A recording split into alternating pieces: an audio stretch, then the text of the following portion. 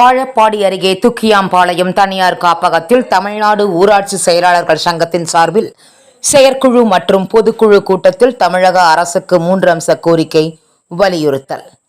சேலம் மாவட்டம் வாழப்பாடி அருகே துக்கியாம்பாளையத்தில் உள்ள தனியார் காப்பகத்தில் தமிழ்நாடு ஊராட்சி செயலாளர்கள் சங்கத்தின் மாவட்ட தலைவர் சிவசங்கரன் தலைமையில் மாநில செயற்குழு உறுப்பினர் மணிமாறன், மாநில இணை செயலாளர் வேல்முருகன் முன்னிலையில் தமிழ்நாடு ஊராட்சி செயலாளர்கள் சங்கத்தின் சார்பில் மாவட்ட செயற்குழு மற்றும் பொதுக்குழு கூட்டம் நடைபெற்றது.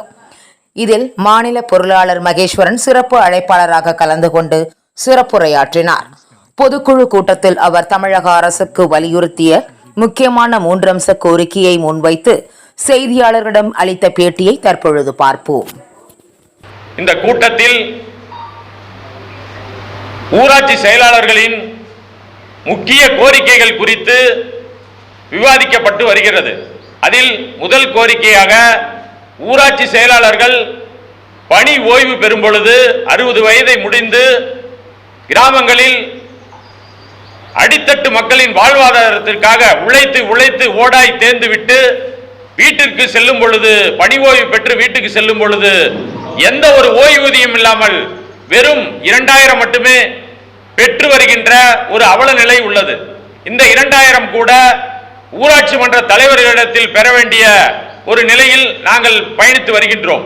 அந்த ஊராட்சி மன்ற தலைவர்களும் ஊராட்சி செயலாளருக்கு ஆவாதவர்களாகவும் இருந்தால் அந்த 2000ஐயும் வழங்க மறுக்க வேண்டிய ஒரு சூழலில் இருக்கின்றோம்.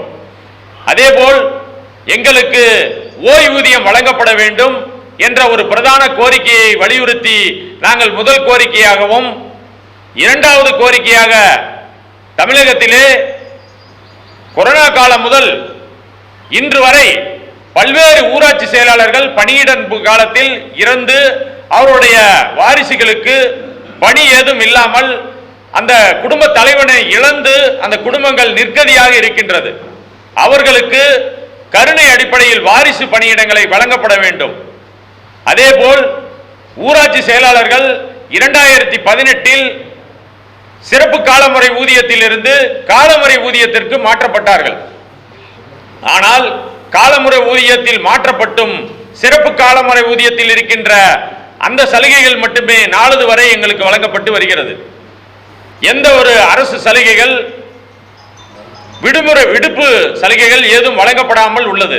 அதேபோல் 2018க்கு பின்பு பணியில் சேர்ந்தவருக்கும் ஒரே ஊதியம், சுமார் 25 ஆண்டுகள் பணி செய்தவருக்கும் ஒரே ஊதியம் பெற்று வருகின்றோம். இது மாற்றப்பட வேண்டும். எனவே ஊராட்சி செயலாளருக்கு சிறப்பு நிலை, தேர்வு நிலை வழங்க வேண்டும் என்ற பிரதான கோரிக்கையை வலியுறுத்தி நாங்கள் வருகின்றோம். இந்த 3 கோரிக்கைகளை வலியுறுத்தி தமிழ்நாடு ஊராட்சி செயலாளர் சங்கத்தினுடைய மாநில தலைவரினுடைய உத்தரவின் பேரில் நாங்கள் 3 கட்ட போராட்டத்தை அறிவித்திருந்தோம்.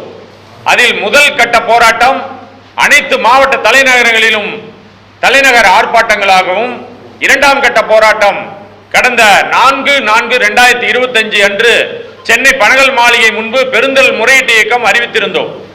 எங்களுடைய தமிழ்நாடு ஊராட்சி செயலாளர் சங்கத்தினுடைய வலிமையையும் ஒற்றுமையையும் பார்த்து மதிப்புமிகு கூடுதல் தலைமை செயலாளர் அவர்களும் மதிப்புமிகு ஆணையாளர் அவர்களும் எங்களை அழைத்து பேசி பேச்சுவார்த்தையின் வாயிலாக பேச்சுவார்த்தை குறிப்புகளை வெளியிட்டார்கள். அதன் வாயிலாக 2ஆம் கட்ட போராட்டம் தற்காலிகமாக நிறுத்தி வைக்கப்பட்டுள்ளது. இருப்பினும் இந்த பிரதான கோரிக்கைகளான தமிழ்நாடு ஊராட்சி செயலாளர் சங்கத்தினுடைய பிரதான கோரிக்கைகளான இந்த ஓய்வூதியம், கருணை அடிப்படையிலான வாரிசு பணி, சிறப்பு நிலை, தேர்வு நிலை ஆகிய கோரிக்கைகளை தமிழக அரசு கனிவுடன் பரிசீலித்து விரைந்து அரசாணைகள் வெளியிடப்பட வேண்டும். அவ்வாறு வெளியிடப்படவில்லை என்றால் மாநில மையம் அறிவிக்கின்ற அடுத்தது காத்திருப்பு போராட்டம் சென்னையில் மிக பிரம்மாண்டமாக நடத்திட இந்த சேலம் மாவட்ட செயற்குழு கூட்டம் வாயிலாக நாங்கள் தீர்மானித்துள்ளோம்.